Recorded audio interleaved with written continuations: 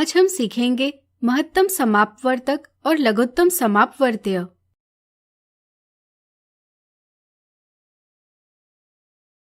आइए पहले समझे महत्तम समापवर्तक यानी हाईएस्ट कॉमन फैक्टर। इसे समझने के लिए चलिए 20 और 24 के गुणनखंड यानी फैक्टर्स प्राप्त करें। 20 के गुणनखंड है 1, 2, 4, 5, 10 और 20। इसी तरह क्या आप 24 के गुणनखंड बता सकते हैं? विचार करें। आपने सही सोचा। 24 के गुणनखंड है 1, 2, 3, 4, 6, 8, 12 और 24। 20 और 24 के गुणनखंडों में गुणनखंड 1, 2 और 4 उभयनिष्ठ यानी कॉमन है। इन्हें हम 20 और 24 के सार्व गुणनखंड यानी कॉमन फैक्टर्स कहते हैं। 20 और 24 के सार्व गुणनखंडों में 4 सबसे बड़ा सार्व गुणनखंड है। इसे हम कहते हैं महत्तम समापवर्तक। इसी तरह से दी संख्याओं के सार्व गुणनखंडों में सबसे बड़ा सार्व गुणनखंड इन संख्याओं का महत्तम समापवर्तक कहलाता है। महत्तम समापवर्तक को संक्षेप में मस यानी HCF कहा जाता है। इसे ही महत्तम सार्वभाजक यानी ग्रेटेस्ट कॉमन डिवाइजर या GCD भी कहते हैं। अब आइए समझें दी संख्याओं का मस कैसे प्राप्त किया जा सकता है। चलिए 20 और 24 का मस प्राप्त करें। सबसे पहले हम इन संख्याओं का अभाज्य गुणनखंडन यानी प्राइम फैक्टराइजेशन करेंगे।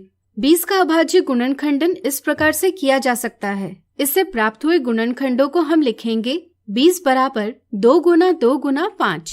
इसी तरह हम 24 का अभाज्य गुणनखंडन करेंगे और इससे प्राप्त हुए गुणनखंडों को लिखेंगे 24 बराबर 2 गुना 2 गुना 2 गुना 3। अब हम दोनों के अभाज्य गुणनखंडों यानी प्राइम फैक्टर्स में ऐसे गुणनखंड ढूंढेंगे जो दोनों में उभयनिष्ठ यानी कॉमन हो। जैसा कि हम देख सकते हैं 20 और 24 दोनों के अभाज्य गुणनखंडों में संख्या 2 बार आ रही है और कोई भी संख्या इनके गुणनखंडों में उभयनिष्ठ नहीं है। इसलिए 20 और 24 का मस 2 गुना 2 बराबर 4 है। लघुत्तम समापवर्त्य यानी लोवेस्ट कॉमन मल्टीपल। इसे समझने के लिए आइए 6 और 8 के गुणज यानी मल्टीपल्स प्राप्त करें। 6 के गुणज है 6, 12, 18, 24, 30, 36 इत्यादि। इसी तरह क्या आप 8 के गुणज बता सकते हैं? विचार करें। आपने सही सोचा। 8 के गुणज है 8, 16, 24, 32, 40, 48 इत्यादि। 6 और 8 के गुणजों में 24, 48 इत्यादि गुणज उभयनिष्ठ है। इन्हें हम 6 और 8 के सार्व गुणज यानी कॉमन मल्टीपल्स कहते हैं। 6 और 8 के सार्व गुणजों में 24 सबसे छोटा सार्व गुणज है। इसे हम कहते हैं लघुत्तम समापवर्त्य। इस तरह से दी संख्याओं के सार्व गुणजों में सबसे छोटा सार्व गुणज इन संख्याओं का लघुत्तम समापवर्त्य कहलाता है। लघुत्तम समापवर्त्य को संक्षेप में लस यानी LCM कहा जाता है। अब आइए समझें दी संख्याओं का लस कैसे प्राप्त किया जा सकता है। चलिए 6 और 8 का लस प्राप्त करें। सबसे पहले हम इन संख्याओं का अभाज्य गुणनखंडन यानी प्राइम फैक्टराइजेशन करेंगे। 6 का अभाज्य गुणनखंडन इस प्रकार किया जा सकता है। इससे प्राप्त हुए गुणनखंडों को हम लिखेंगे 6 बराबर 2 गुना 3।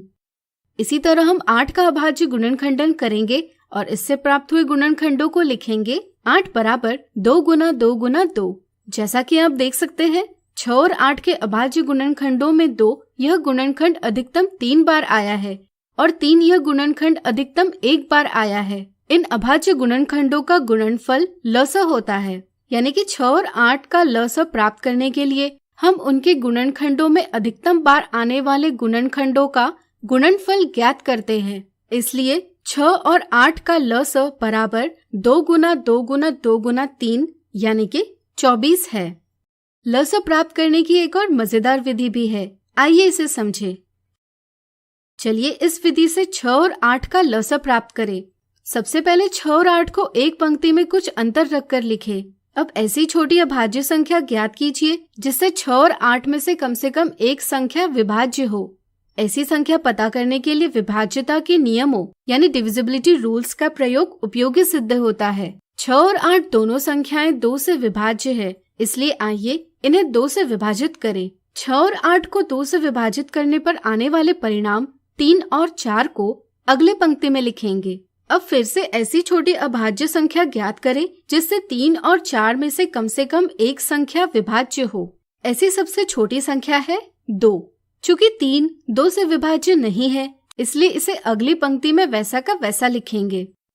4 को 2 से विभाजित कर आने वाले परिणाम 2 को अगली पंक्ति में लिखेंगे। इसी क्रम में फिर से हम 2 से 2 को विभाजित करेंगे, परिणाम अगली पंक्ति में लिखेंगे और 3 को भी अगले पंक्ति में लिखेंगे।